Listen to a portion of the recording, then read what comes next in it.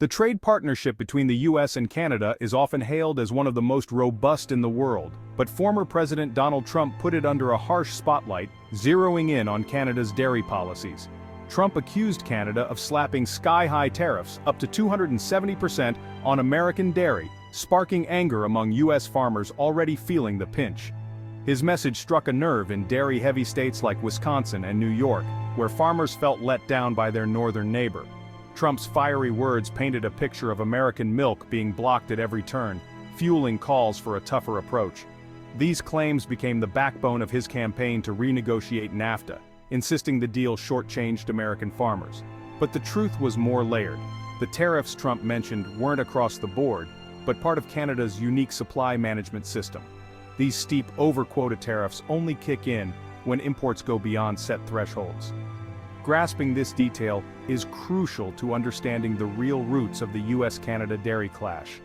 At the heart of the issue is Canada's system for shielding its dairy sector by tightly managing production and imports.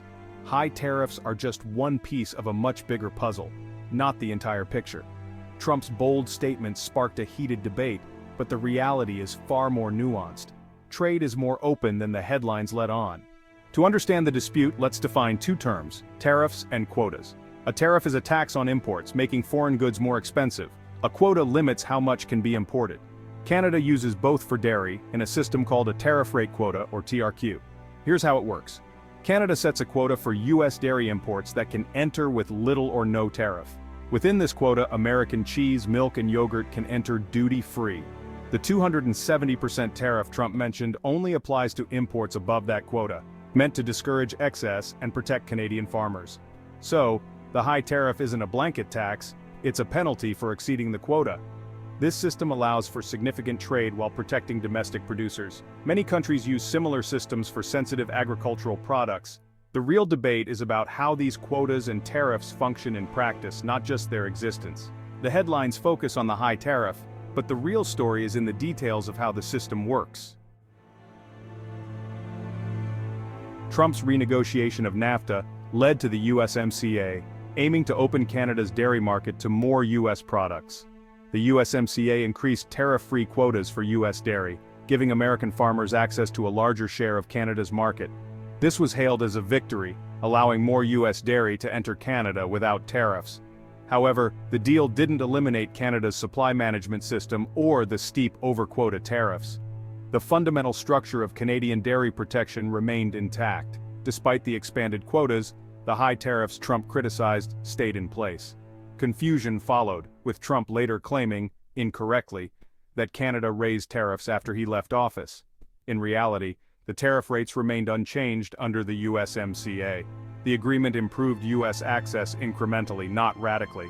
It modified the system but left the core protections for Canadian dairy in place.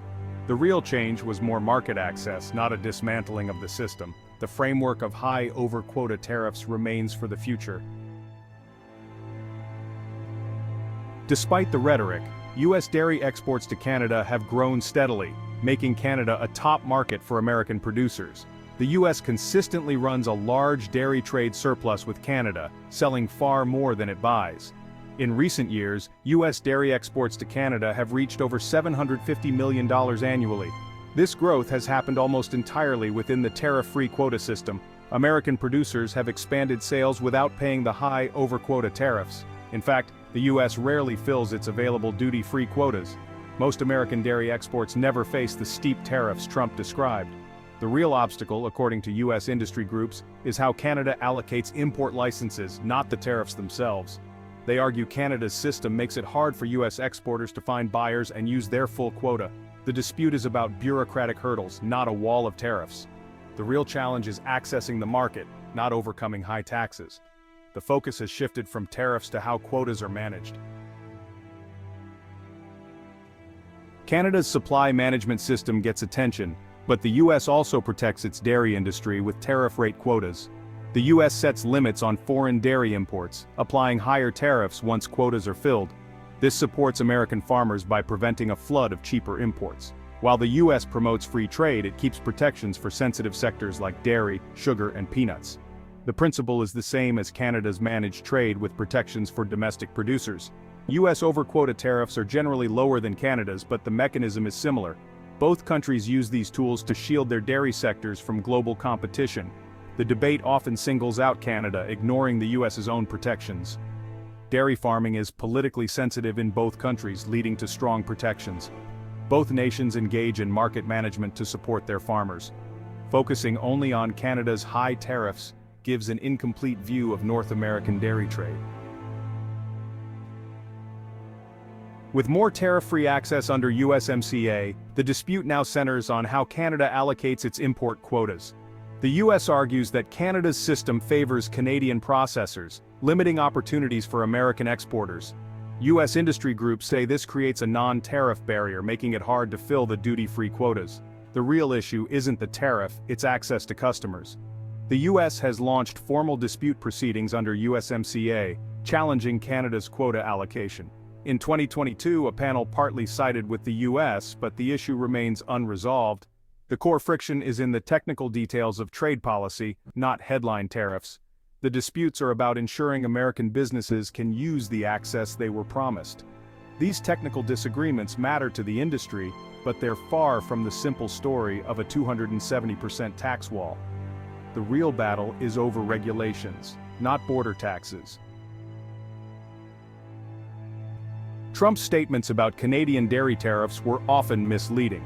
His claim of a 270% tax ignored the fact that US dairy enters Canada tariff-free within quota limits. US exporters have never come close to hitting those limits, so the high tariff is rarely, if ever, applied. Trump also claimed Canada raised tariffs under Biden, but the rates haven't changed since USMCA.